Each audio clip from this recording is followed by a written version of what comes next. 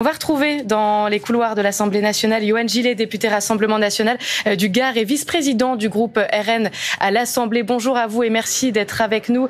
Évidemment, on a entendu cette réponse de Gabriel Attal sur cette affaire du fourgon. Mais pour revenir sur la Nouvelle-Calédonie, et Dave vient de nous le dire, c'est un peu la même problématique de restaurer finalement l'autorité. L'état d'urgence est donc décrété par le gouvernement français en Nouvelle-Calédonie. C'est ce que vous attendiez ?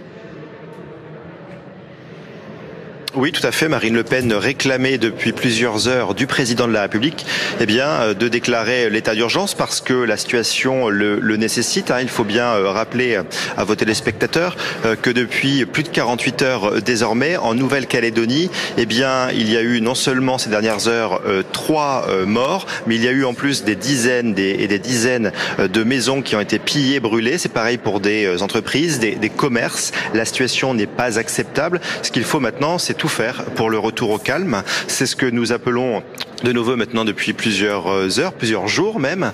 Mais vous savez, si la situation a dégénéré comme ça en Nouvelle-Calédonie, malheureusement, c'est parce que le président de la République et le gouvernement n'ont pas voulu écouter. Marine Le Pen avait prévenu depuis bien longtemps déjà que le fait de voter ce dégel du corps électoral sans l'inclure dans un accord global était une erreur stratégique. C'est une question de méthode. C'était une question aussi de respect envers les Calédoniens. Et si ils avaient écouté Marine Le Pen depuis le début, nous n'en serions pas là aujourd'hui.